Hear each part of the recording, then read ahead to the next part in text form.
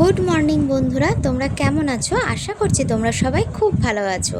তো দেখো, এখন বাজে সকাল 6:30। আমি ঘুম থেকে উঠে পড়েছি। চারিদিকে মেঘলা আকাশ, কারণ আজকে ভোর 4টের সময় প্রচণ্ড ঝড় উঠেছে। মানে এত ঝড় হয়েছে, চারিদিকে গাছের পাতা টাতা অর্ধেক তো প্রায় পড়েই গেছে, আর উঠোন টুটন পাতায় ভর্তি হয়ে গেছে। আকাশ এখনও মেঘলা, মনে হচ্ছে যেন আবার পরে হয়তো বৃষ্টি হতে পারে। এবার ঝড় হওয়া মানে বন্ধুরা বুঝতেই পারছো ঘর দোরের অবস্থা কী হয়। চারিদিকে ধুলোয় কিচকিচ করছে, আমার ফার্নিচারটা সমস্ত একদম ধুলো ভর্তি হয়ে গেছে। এবার সমস্ত কিছু মোছার জন্য সকাল থেকে কাজ করতে করতে জীবন প্রায় শেষ হয়ে গেল। কি করব, উঠোন টুটন ঝাড় দেওয়ার লোক আছে, ওই দিদি এসে উঠোন ঝাড় দিয়ে বাসন টাসন মেজে দিয়ে গেছে। কিন্তু যেহেতু ঘরের কাজগুলো, ফার্নিচার, তারপরে ওপরের ঘর নিচের ঘর সমস্ত মোছা, সেগুলো উনি করেন না, সেগুলো আমাকে করতে হয়। তা আমি নিচের ঘরটা কমপ্লিট করে দেখো আবার ওপরের ঘরে চলে এসেছি। এসে দেখছি ওপরের ঘরে বিছানা মানে পত্র একদম ধুলো, যতই জানলা বন্ধ থাক ওপরে ওই ফুলকুলিতে চামচিকির বাসা আছে। এবার ওই ফুলকুলির থেকে যত নোংরা সমস্ত বিছানায় পড়েছে, আর ওই সুন্দর পরিষ্কার চাদরটা একদম ওই নোংরায় ভর্তি হয়ে গেছে। চারিদিকে একদম বিচ্ছিরি অবস্থা। তা আমি তাড়াতাড়ি ওপরের ঘরটা পরিষ্কার করে একটা পরিষ্কার চাদর টাদর পেতে একদম ঘরটা গুছিয়ে নিচ্ছি। কারণ আমার মেয়ে যেহেতু এই ঘরে পড়ে, সেহেতু ঘরটা আমি সবসময় পরিষ্কার রাখি। আর আমি যতটুকুনি পারি করি, বাদবাকি আমাদের যে কাজের দিদিটা আছে সেই দিদিটাকে দিয়ে আমি ঘর দোরটা মুছিয়ে নিই এবং পরিষ্কার পরিচ্ছন্ন করে রাখি। আর বাদবাকি বেশিরভাগ কাজই আমি করে নিই। আর দেখো বন্ধুরা, এখানে আমার এই দোতলার ঘরে জানলা দিয়ে কত সুন্দর গাছপালা দেখা যাচ্ছে। এখন সকালবেলা, কিন্তু দেখো কত সুন্দর আলো ঝলমল করছে, রোদ্দুরও উঠেছে হালকা, আবার মেঘ মেঘও আছে। দারুণ লাগছে পরিবেশটা দেখতে। কিছুটা পরিবেশ আমি জানলা দিয়ে দেখছি, আকাশ, গাছপালা, আবার মাঝে মাঝে এসে কাজ করছি। কি করব, হাঁপিয়ে যাচ্ছে, বুঝতেই তো পারছো, অনেক কাজ। আর ওপরের ঘরের ফার্নিচারগুলো সমস্ত ধুলোয় ভর্তি হয়ে গেছে, তা সেগুলোও মুছছি। এখন মুছে টুছে পরিষ্কার টরিষ্কার করে তারপরে আমি চান করতে যাব। আমার গায়ে গামছা দিয়ে আমি কাজ করছি। তোমরা হয়তো ভাবছো গায়ে গামছা কেন, যেহেতু বাসি কাজগুলো কমপ্লিট করছি, করেই চান করতে চলে যাবো, তাই ভাবলাম সামনে হাতের কাছে গামছাটা ছিল, তা গামছাটা গায়ে দিয়ে বাসি কাজটা করে নিই। তা একবারে চান ধান করে দেখো আমি রান্নাঘরে চলে এসেছি তরি তরকারি কাটবো বলে। তা আজকে বেশি কিছু রান্না করব না, তা রান্না করব হচ্ছে একটুখানি উচ্ছে ভাজা, আর বরমশাই গলদা চিংড়ি নিয়ে আসবে বললো বাজার থেকে। আর দেখি কি করা যায়, তার সাথে যদি আর কিছু তরি তরকারি পারি তা করব। তা সকালে মেয়ের ইচ্ছা মা এগ চাউমিন খাবো, এর জন্য রান্নাঘরে চলে এসেছি, এগ চাউমিন বানাবো। তা তার জন্য চাউটা প্রথমে সেদ্ধ করে নিচ্ছি। আর কি করব বলো বন্ধুরা, মেয়ের বায়না এইটুকুনিতে একটুখানি মানতেই হবে।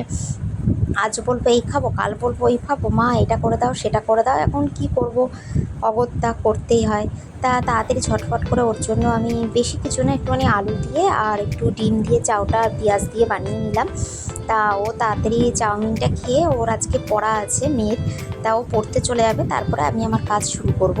এখানে বেগুন ভেজে নিচ্ছি, কারণ শাশুড়ি মা রুটি খাবে বেগুন ভাজা দিয়ে। তা ওনাকে আমি রুটিও দিয়ে দেবো। মানে এক একজনের এক এক রকম রান্না, বুঝতেই পারছো, কেউ রুটি বেগুন ভাজা খাবে, কেউ চাউমিন খাবে, কেউ ভাত খাবে। সকাল থেকে মানে নানান মুনির নানান মত করতে করতে যে কী যে বলবো, তোমাদেরও অবশ্যই এরকম করতে হয়। তা তোমাদের কাদের কাদের এইভাবে দিন চলে, আর এইভাবে এরকম নানান মুনির নানান মত নিয়ে রান্না করতে হয়, আমাকে অবশ্যই কমেন্ট করে জানিও। এবার শেষে শাশুড়ি মাকে ঢুকিয়ে দিয়েছি রান্নাঘরে। তা জোর করে বললো আমি করবো না, আমি বলছি না তোমাকে এই রান্না করতেই হবে। তা আজকে বর বাজার থেকে মেথির শাক নিয়ে এসছে, আর হচ্ছে গলদা চিংড়ি নিয়ে এসছে। তাই আমি বললাম মা তুমি এই রান্নাগুলো করো। তা অনেক কষ্টে অনেকবার রিকোয়েস্ট করা পর উনি রান্নাঘরে দয়া করে ঢুকলেন রান্না করতে। তা এখানে মেথির শাকটা রান্না করা, আর আমার শাশুড়ি মার হাতের রান্না অসাম। তোমাদের আগেও আমি ব্লগে বলেছি আমার শাশুড়ি মার হাতের রান্না খুব সুন্দর। তোমরা যদি কোনো রেসিপি জানতে হয় আমাকে কমেন্ট করে জানিও, আমি আমার মার কাছ থেকে মানে শাশুড়ি মার কাছ থেকে জিজ্ঞেস করে তোমাদের বলে দেবো। তো অবশেষে দেখো আমার এগ চাউমিনটাও করা হয়ে গেছে। আর এখানে শাশুড়ি মা বড় বড় 10টা না 15টা গলদা চিংড়ি নিয়ে এসছে, তা সেটা কাটতে বসে পড়েছে। কারণ বরমশাই কেটে আনেননি, বলছে বাজারে প্রচণ্ড ভিড়, অতক্ষণ লাইন দিয়ে দাঁড়িয়ে থাকলে অনেক দেরি হয়ে যাবে, তাই এনেছে। তা আমাকে বলছিল কাটতে, আমি বললাম যে আমি বটি দিয়ে কাটতে পারবো না, কাটলে আমি ওই ছুরি দিয়ে আর কাঁচি দিয়ে কাটবো। তা উনি দেখলাম যে কাটতে বসে পড়লো। তা কেটে ধুয়ে টুয়ে নুন হলুদ মাখানো হয়ে গেছে। তা রান্নাটা করবে হচ্ছে চিংড়ি মাছটা আর আলু দিয়ে পটল দিয়ে একটু ঝোল করবে। আমি সমস্ত সবজি কেটে দিয়েছি, উনি শুধু রান্নাটা করবে। তা আমার শাশুড়িমার হাতের রান্না যেহেতু খুবই ভালো, তা আমাদের খেতে সবার খুবই ভালো লাগে। বিশেষ করে আমার মেয়েও খুব পছন্দ করে ওর মাম্মার হাতে রান্না খেতে। বললাম তুমিই করো। তা মাছটা উনিই রান্না করছে। তা এর জন্য দেখো পটল আর টমেটো এগুলো সমস্ত ভেজে নিচ্ছে, আর চিংড়ি মাছটাকে নুন হলুদ মাখিয়ে নিয়েছে। এবার কিভাবে কি রান্নাটা করছে আমি যেটুকুনি পারছি তোমাদেরকে দেখাচ্ছি। আর তোমরা যদি রান্নাটার রেসিপিটা পুরোটা জানতে চাও তাহলে অবশ্যই আমাকে কমেন্ট করে জানিও।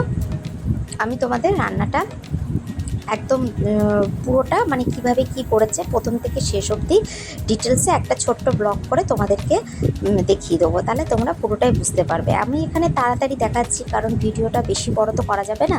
তাই এখানে মাছগুলো কষিয়ে নিয়ে উনি এখানে মশলা দিয়ে মাছ কষিয়ে নিয়ে জল ঢেলে ঢাকা দিয়ে দিয়েছে। আর দেখো মাছের ঝোলের কালারটা শুধু দেখো, দারুণ হয়েছে কালারটা, খেতে তো দারুণ হয়েছে স্বাদ। বাংলাদেশের হাতের রান্না, বুঝতেই পারছো বাঙালদের রান্না। আর আমার শাশুড়ি হচ্ছে বাংলাদেশের লোক, মানে আমার শ্বশুরবাড়ি হচ্ছে বাঙাল আর আমার বাবার বাড়ি হচ্ছে এদেশি। বাঙালদের হাতের রান্নার বাঙালদের খাওয়া তো তোমরা যারা বাঙাল তারা অবশ্যই জানবে। তার শেষে কর্তামশাই খেতে বসে পড়েছে, ওনাকে খেতে দিয়ে দিচ্ছি কারণ উনি খেয়ে দিয়ে এখন কাজে যাবে। এরপরে আমার খাওয়া দাওয়া কমপ্লিট করে আমি এখানে গ্যাস ট্যাসগুলো মুছে পরিষ্কার করে নিচ্ছি, কারণ প্রতিদিনই আমি রান্না করার পর গ্যাস ট্যাস মুছে সমস্ত কাজ কমপ্লিট করে রেখে দিই যাতে পরে আর করতে না হয়। তা দেখো এখানে আমার গ্যাস পরিষ্কার করা হয়ে গেছে, এবার আমি রান্নাঘরটা মুছে নেব। তা বন্ধুরা তোমাদের সারাদিন কিভাবে কাটে অবশ্যই কমেন্ট করে জানিও, তাহলে আমার খুব ভালো লাগবে। আর আমার চ্যানেলটা অবশ্যই সাবস্ক্রাইব করে দিও। তা ব্লগটা বেশি বড় করলাম না, আজকের মতো এইটুকু, টাটা বাই বাই।